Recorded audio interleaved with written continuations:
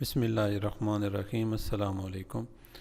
कुछ लोगों को वर्ड फ्रेंड्स हमारा प्लगइन है वो करने में दुश्वारी हो रही है और वो कह रहे हैं कि फ्री में सर नहीं हो रहा, तो हम विद लेसन्स करना चाहते हैं जो सिक्योरिटी का हमारा प्लगइन मैंने रिकमेंड किया। तो किस तरह करेंगे इस वीडियो में देखते हैं। इसके लिए आपने अपने डैशबोर्ड में आ जाना है। लॉगिन करने के बाद जैसे बताया हुआ है कि आपने साइट को पहले वर्डप्रेस के लॉगिन करना है WP एडमिन के साथ। फिर ये लॉगिन जब होगी तो आपने अपने डैशबोर्ड के अंदर आ जाना है। यहाँ पे अभी लेफ़्ट साइड पे आएंगे और आपने ऐड न्यू प्लगइन के ऊपर क्लिक कर लेंगे। अब यहाँ पे आपने राइट साइड पे आके यहाँ पे लिखना है वर्डफेंस। ठीक है, अब यहाँ पे आपको प्लगइन शो होगा। अब ये जो प्लगइन है सिक्योरिटी के लिए है साइट की, बहुत ज़बरदस्त है। यहाँ पे आपने इसको इंस्टॉल करना है।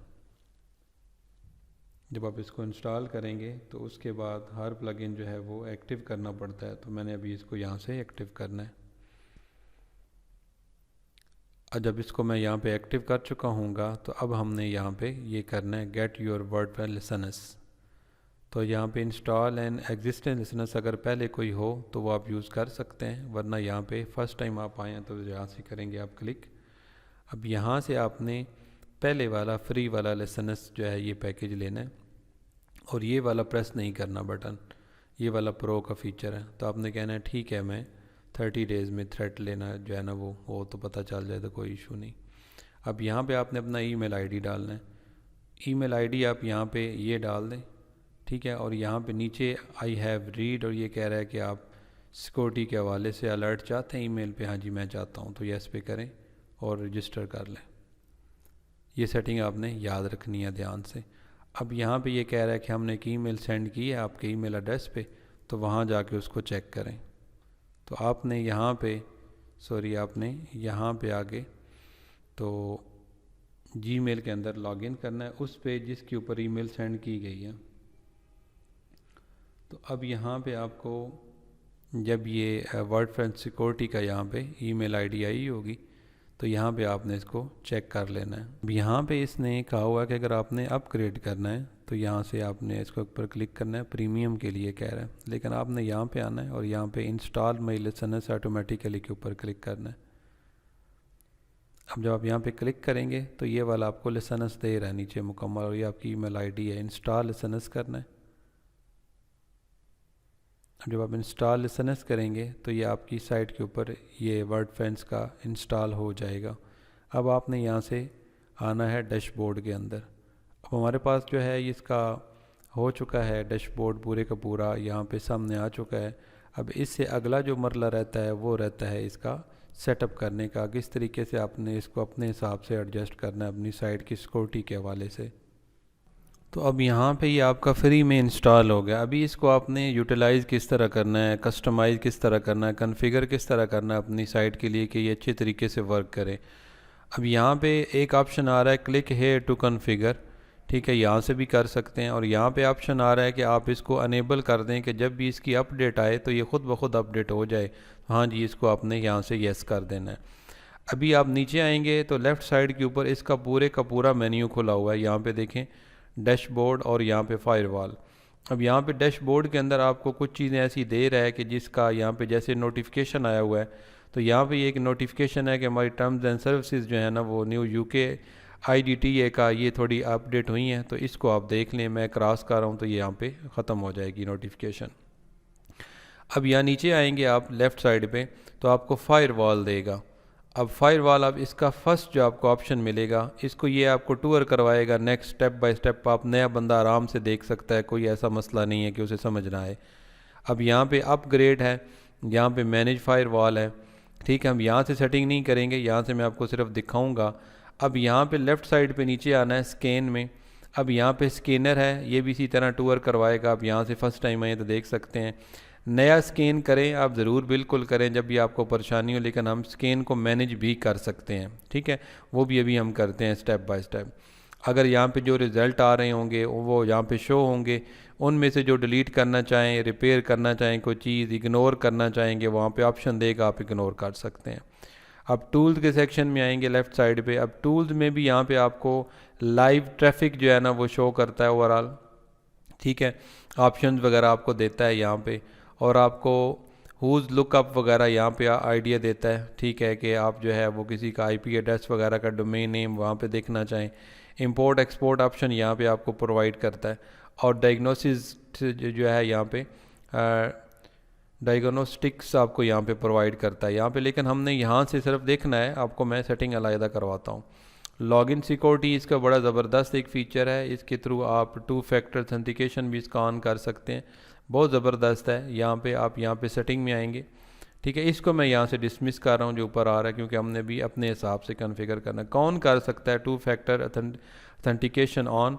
यहाँ पे आपने रोल दिया हुआ, और यहाँ पे फ़िलहाल जो रोल है एडमिन का है, यहाँ पे रोल आ रहा है, ठीक है। तो अब यहाँ पे ये दे रहा है नीचे ऑप्शन के एडमिनिस्ट्रेटर जो है वो 2 फैक्टर ऑथेंटिकेशन रूल जो है उसके लिए ऑप्शनल है कि कौन करे, रिक्वायर्ड है कि नहीं है, ठीक है। अगर आपने यहाँ पे कोई रोल चेंज करना है तो उसका बिल्कुल करें, कि अगर समझें कि मुझे जब भी वो करे तो उसे 2 फैक्टर ऑथेंटिकेशन ऑन करनी हो, वो आपसे पूछ के करे, आपके मोबाइल पे हो, जिस हिसाब से वो कर लें। ग्रेस पीरियड यहाँ से रख सकते हैं। यहाँ पे जो हमारे पास आ रही हैं ऑलमोस्ट चीज़ें, ये यहाँ पे जो इसकी डिफ़ॉल्ट हैं सारी की सारी, ठीक है। अब यहाँ के लेफ़्ट के ऊपर आपने आना है, और आपके पास जहाँ से हमने सेटिंग करनी है वो बेसिकली है ऑल ऑप्शंस। अब ऑल ऑप्शन के अंदर जो है ना, आपको यहाँ पे एक्सपेंड ऑल करेंगे तो ये आपको मज़ीद ओपन करके स्क्रीन देगा, लेकिन हम यहाँ से ही काम चला लेंगे। फॉर एग्ज़ाम्पल यहाँ पे फर्स्ट ऑफ ऑल आ रहा है, आपने ध्यान से देखना है, और ये थोड़ा सा टफ भी है, ऐसा कि अगर कोई गलती आपसे हो गई तो साइट ब्रेक भी हो सकती है, आप ख़ुद भी किसी वक्त लॉगिन करने में इशू हो सकता है, या क्लाइंट कोई वहाँ से आपका विज़िट करें तो वो वर्डफेंस अगर प्रॉपर ना काम कर रहा हो, या ज़्यादा उसमें आपने रिक्वायरमेंट फिल कर दी हो, तो हो सकता है कि यूज़र को भी या आपके किसी दूसरे टीम मेंबर को भी, या हत्ता कि कई दफ़ा आपको भी करते हुए जो है ना वो लॉगिन ये इशू क्रिएट करे। तो इस वजह से ज़रा आपने एहतियात से देखना है।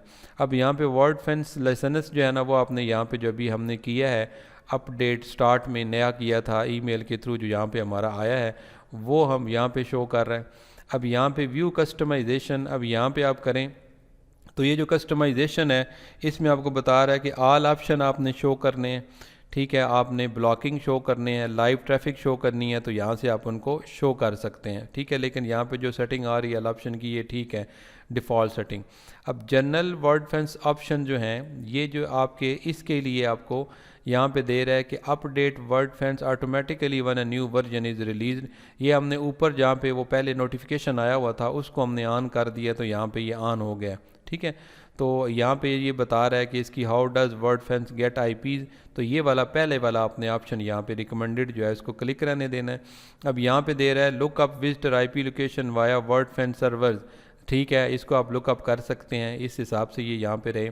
हाइड वर्ड पर वर्जन, ये आपने लाजमी सेटिंग कर लेनी है, क्योंकि जो भी हैकर आपकी साइट के ऊपर आके हैक करने की कोशिश करते हैं, अटैक करते हैं, वो आपका वर्जन भी देखते हैं, उनको विजिबल होता है वर्डप्रेस का, तो उस हवाले से वो अटैक कर रहे होते हैं, तो उनके लिए फ़ायदेमंद होता है कि इस वर्जन के ऊपर किस तरीके से करना है, तो आप इसको हाइड कर दें, ठीक है। अब यहाँ पे कई दफ़ा ऐसा होता है कि किसी भी चीज़ के थ्रू, जैसे मीडिया फाइल के थ्रू या किसी भी डायरेक्टरी के थ्रू कोई चीज़ अपलोड हो रही होती है, ठीक है, तो वो कोड एग्जीक्यूशन आप चाहते हैं कि वो भी डिसेबल रहे, तो आप डिसेबल कर दें, ठीक है। करना चाहें तो ज़बरदस्त है, यहाँ से मज़ीद इसकी आप क्लिक करेंगे तो आपको इसकी डिटेल दे सकता है।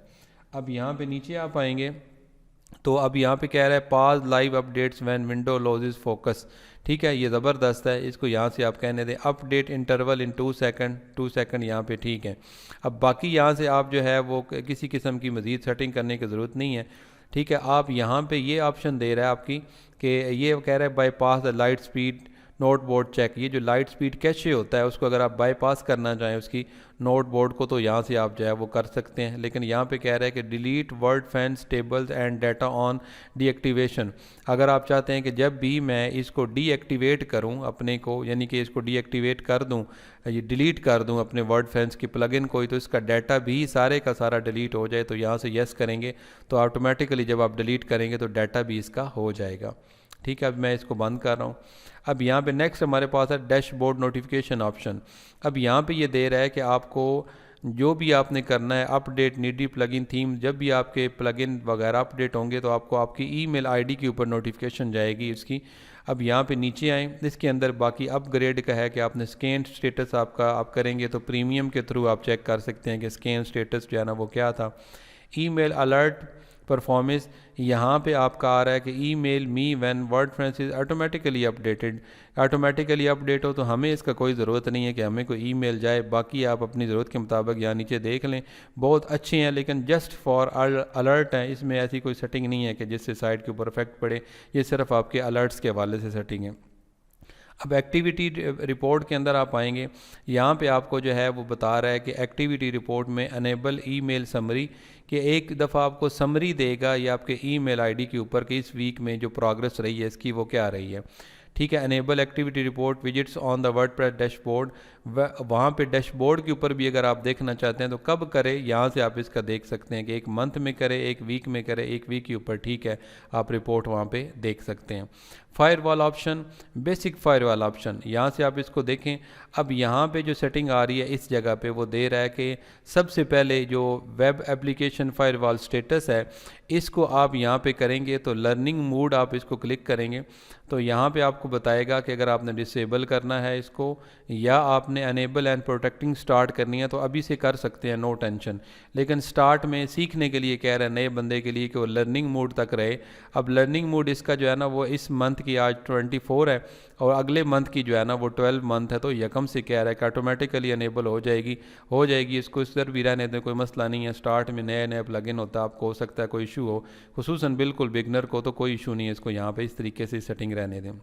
डेट चेंज करना चाहें तो यहाँ से थोड़ी सी आप जो है ना बैक कर लें कि ठीक है इतना ज़्यादा आगे ना करो, जल्दी से प्रोटेक्टिंग स्टार्ट करो, तो आप 2-3 दिन के बाद भी यहाँ से डेट सेट कर सकते हैं।